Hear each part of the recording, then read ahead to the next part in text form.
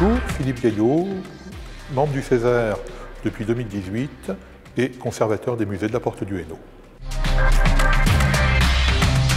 La mission du Césaire, la vision du Césaire et de ces missions que j'avais était au départ un peu floue, dans la mesure où j'en avais peu de connaissances, même si je savais qu'on avait un conseiller parmi nos administrateurs.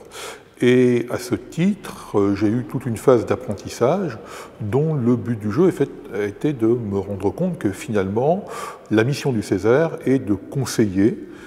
Je trouve que ces avis, et du moins la manière dont ils sont élaborés, témoignent d'une grande modestie, de la volonté véritablement de faire participer l'ensemble des parties prenantes sur un sujet et d'une vision, je dirais, très à la fois modeste et décidée de l'avenir.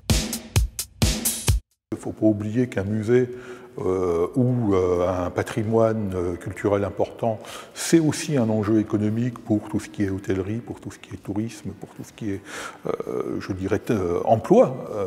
Et à ce titre-là, effectivement, c'est des éléments qui me semblent parfaitement intéressants de voir. Surtout, et c'est ça qui est passionnant au Césaire, c'est que la diversité des parcours des conseillers fait que on a, je vais dire ça de manière un peu brutale, sous la main, des gens qui vont se préoccuper de tous les aspects économiques, sociaux et environnementaux d'un sujet particulier. Et pas seulement de ma vision de conservateur du patrimoine.